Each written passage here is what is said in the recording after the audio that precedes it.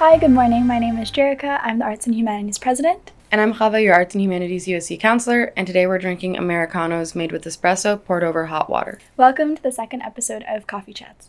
So on October 30th, the University Students' Council had a meeting where we discussed recent acts of harassment, discrimination, and racism that have been brought to light on campus. Obviously, we understand that these acts have been ongoing and there are other kinds that exist on campus, and we're taking a proactive stance in ensuring that they are properly addressed. So in this meeting, we passed a motion essentially supporting the USC executive to advocate to Western administration to create an anti-racism, anti-oppression strategy that highlights the nuances of racism on campus. So the Western University President Alan Shepard has actually responded to this and has committed to creating a working group to research the situation on campus and hopefully move forward on how to address this in classrooms and make a better campus community. In that council meeting, we also passed another motion committing the Advocacy Standing Committee, which Chava and I both actually sit on, to look into other forms of oppression that exist on campus and create recommendations to the USC and Western administration on how to address those and the gaps that may exist in regard to them. Also at the meeting, we got an update from the executive about all the money left over from Purple Fest. As I'm sure many of you know, A$AP Rocky wasn't actually able to perform, and the USC has roughly $130,000 to $150,000 left over from it. Unfortunately, issuing a refund to everyone wasn't actually feasible because of all the different ways that you could buy a ticket for the concert. So instead, what they've decided to do is that about $100,000 of that leftover money is being allocated to a grant fund for undergraduate and graduate students, where you can apply to it and get money to run programming that is one of the three main pillars, which is mental health, equality, and gender-based violence.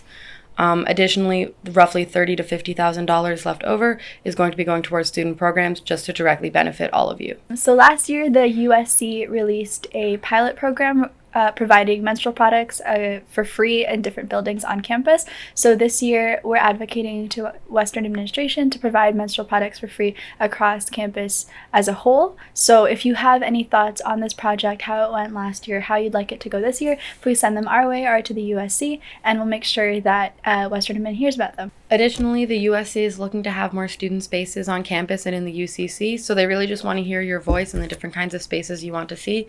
Examples of ones that we have already is things like a prayer room or a dance room. So really anything like that where it's a space designated for something for students, let us know. At the beginning of second semester, elections, or at least nominations for elections, are going to open up. So please replace Chava and I next year, represent Arts and Humanities on campus.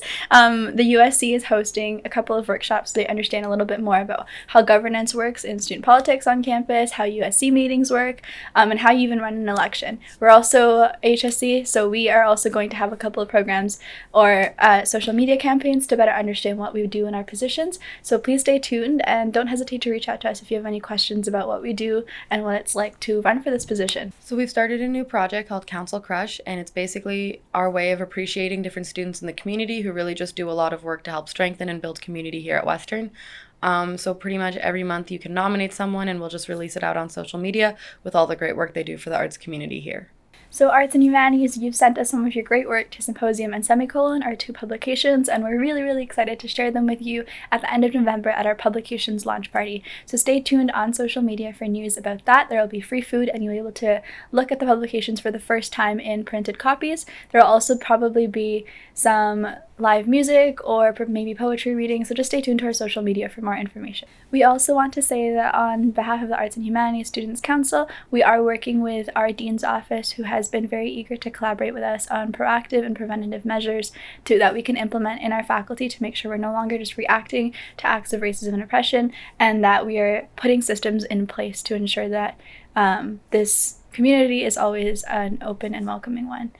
So if you have any concerns or suggestions or questions, please don't hesitate to let us know. So just a quick reminder, our council office in University College Room 2135 is open Mondays to Fridays from 9:30 to 4:30. So please stop by whenever and just ask us any questions or share any concerns that you might have with anything that we've brought up.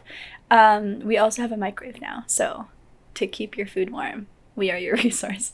The last thing is also we are going to have our second Coffee Chats event at the end of November. So I think it's going to be the third week. So just stay tuned for that. We're going to release an event page. There's going to be free coffee and cookies again, and you can share your thoughts or concerns or anything with Chava and I there in person while you enjoy some free treats.